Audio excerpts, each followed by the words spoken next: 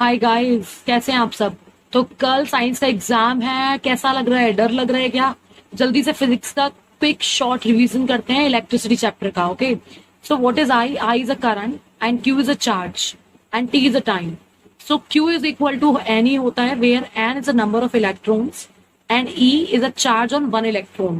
There is 1.6 into 10 की power minus 19 coulomb. Coulomb is the SI unit of charge. Okay. So current is a scalar quantity for class 10th.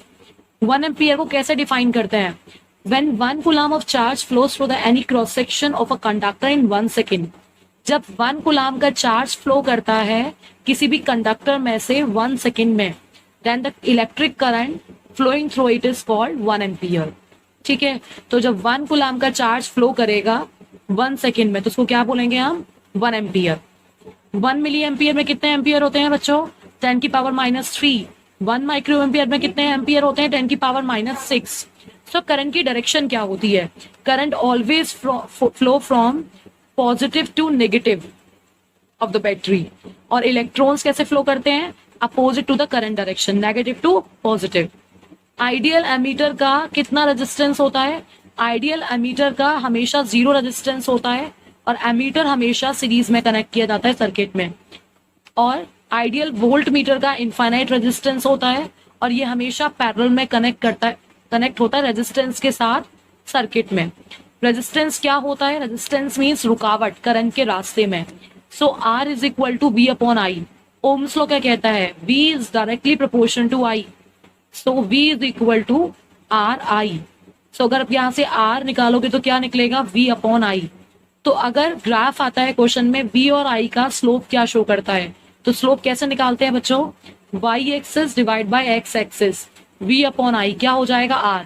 और suppose अगर question कहता है I और V का slope show करो, तो I हो गया Y एक्सिस पे और V हो गया X एक्सिस पे.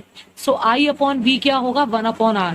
और एक और चीज जो इंपॉर्टेंट क्वेश्चन है, सपोज आपके पास ये V और I ग्राफ है और यहाँ पे आपके पास क्या दे रखे हैं? 2 इस तरीके से लाइन है.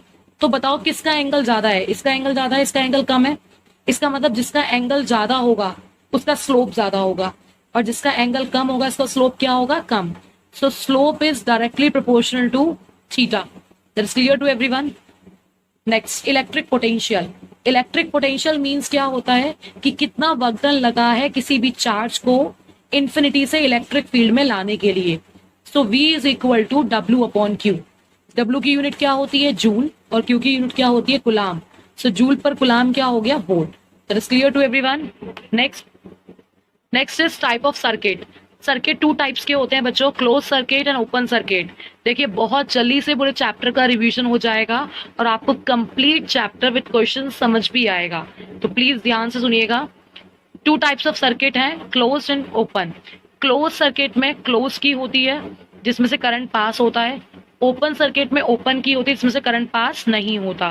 That's clear. यहाँ पे करंट की वैल्यू कितना होगा? 0. और यहाँ पे करंट होगा. Next is potential difference. Potential difference क्या होता है? Delta V. Delta V means V B minus V A which is equal to W upon Q. अगर क्यू नॉट चार्ज को लेके आ रहे हैं तो क्यू नॉट हो गया. इसकी यूनिट क्या होती है? वोल्ट. अगर इस तरीके का सिंबल होगा तो ये सिंबल किसका होता है? दोनों सिंबल रिहोस्टेट, जिसको हम बोलते हैं वेरिएबल रजिस्टर. क्या बोलते हैं? वेरिएबल रेजिस्टेंस, जिसकी वैल्यू हम चेंज कर सकते हैं. ये किसका सिंबल होता है? फ्यूज का. और फ्यूज एक ऐसा वायर है जो हमारे सर्किट को ब्रेक होने से बचाता है, जो हमारे डिवाइसेस को खराब होने से बचाता है. Next is resistance. रेजिस्टेंस क्या है? रेजिस्टेंस लेंथ पे डिपेंड करता है. रेजिस्टेंस एरिया के इनवर्सली प्रोपोर्शन है. जितना आप लेंथ को बढ़ाओगे उतना रेजिस्टेंस की वैल्यू भी बढ़ेगी, बट जितना एरिया को बढ़ाओगे उतना रेजिस्टेंस की वैल्यू क्या हो जाएगी? डिक्रीज. सो रेजिस्टेंस एरिया के इनवर्सली प्रोपोर्शन है. Resistance is directly proportion to L upon A. जैसे ही हम प्रोपोर्शनलिटी का साइन हटाते हैं तो क्या लगता है? इज इक्वल टू और constant. This constant is known as specific resistivity और स्पेसिफिक रेजिस्टेंस बोलते हैं इसको. ठीक है, स्पेसिफिक रेजिस्टिविटी नहीं बोलते. क्या बोलते हैं? स्पेसिफिक रेजिस्टेंस और रेजिस्टिविटी. एंड रेजिस्टिविटी का फॉर्मूला क्या होता है? RA upon L. आर की यूनिट क्या होती है? ओम. एरिया की मीटर स्क्वायर. एल मीटर, सो मीटर से मीटर कैंसिल हो गया तो क्या बचा, ओम मीटर। ठीक है, रेजिस्टेंस किस किस चीज पे डिपेंड करता है बच्चों, लेंथ, एरिया, टेम्परेचर। और रेजिस्टिविटी किस पे डिपेंड करती है, resistivity does not depend on length, does not depend on area, it only depends on temperature and the nature of the material. Suppose एक न्यूमेरिकल देखते हैं हम लोग, लेंथ है कितना कंडक्टर का 2 मीटर, रेजिस्टेंस है 30 ओम, टेम्परेचर है 25 डिग्री सेल्सियस और डायमीटर गिवन है उस वायर का 0.6 mm। सो हमें mm को मीटर में चेंज करना है। फर्स्ट ऑफ ऑल हम रेडियस फाइंड आउट करेंगे, 0.6 डिवाइड बाई 2 कितना हो गया, 0.3 mm। mm को मीटर में चेंज करेंगे, -3 मल्टीप्लाई हो जाएगा। रो इज इक्वल टू क्या होता है, RA अपॉन L। R कितना है, 30 ओम। एरिया कैसे निकालते हैं, किसी भी वायर का क्रॉस सेक्शन एरिया हमेशा सर्कल होता है और सर्कल का एरिया कितना होता है बच्चों, pi R square. Pi value 3.14, R हम इसको लगाएंगे, इसका स्क्वायर करेंगे और लेंथ से 2 मीटर से इसको डिवाइड कर देंगे। टेम्परेचर का इस फॉर्मूले में कहीं भी यूज नहीं है। That is clear to everyone. Next is कि सीरीज कॉम्बिनेशन में कैसे कनेक्ट करते हैं रेजिस्टेंस को। हमेशा ध्यान रखिए सीरीज कॉम्बिनेशन में वोल्टेज डिवाइड होता है, करंट की वैल्यू सेम रहती है। तो अगर यहाँ पे हमने कोई बैटरी कनेक्ट की है इससे, तो करंट कैसा फ्लो करेगा इसमें, सेम, बट वोल्टेज डिवाइड हो जाएंगे। सो इक्विवेलेंट रेजिस्टेंस कितना निकलेगा, R1 plus R2। But in parallel combination current की वैल्यू डिवाइड होती है बट वोल्टेज कैसे रहते हैं, सेम। R1 के अक्रॉस भी V वोल्टेज है और R2 के अक्रॉस भी V वोल्टेज है। कब, जब हमने यहाँ पे इसको बैटरी अप्लाइड कर दी है। क्लियर। सो इक्विवेलेंट रेजिस्टेंस कितना आएगा, 1 upon R E Q. Equivalent resistance is equal to 1 upon R1 plus 1 upon R2। Suppose ये भी 1 ओम का रेजिस्टेंस है, ये भी 1 ओम का रेजिस्टेंस है, तो टोटल पैरेलल में रेजिस्टेंस कितना हो जाएगा, इक्विवेलेंट रेजिस्टेंस 0.5 कितना होगा, 0.5 डायरेक्टली हाफ कर दो। Heating effect of electric current, अगर किसी भी इलेक्ट्रिक डिवाइस में से करंट पास हो रहा है तो वो डिवाइस हीट अप होगी, that is called Joule's law of heating. So W is equal to Q into V, क्योंकि V इज इक्वल टू क्या होता है, W upon Q।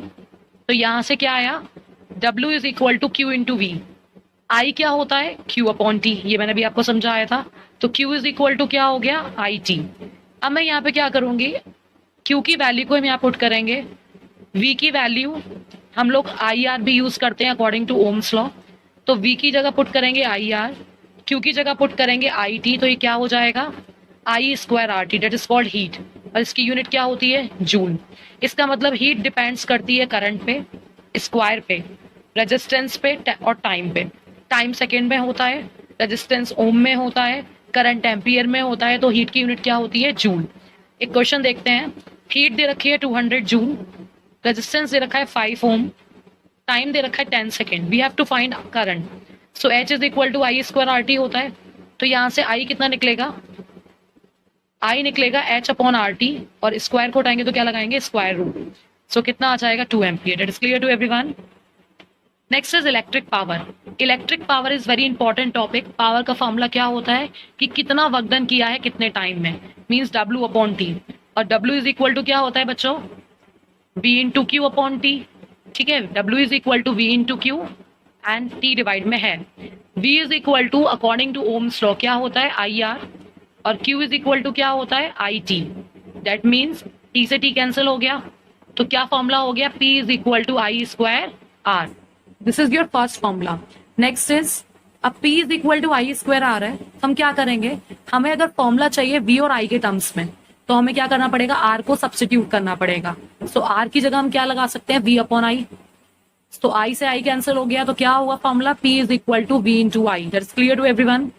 Next is, अब अगर हम चाहते हैं हमारे फॉर्मूले में V हो और R हो, तो हम I को सब्स्टिट्यूट करेंगे। तो I कितना हो जाएगा बच्चों, V अपॉन R। तो V upon R means V square upon R square. R से R कैंसिल हो गया, तो क्या हो गया, V square upon R।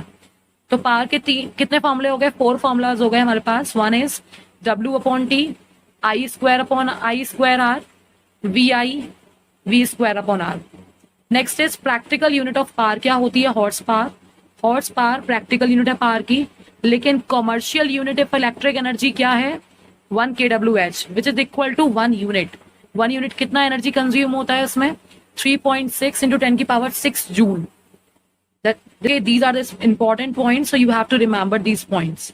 Number of units अगर हमें consume कितना किया है वो find out करना है, तो हम कैसे निकालेंगे?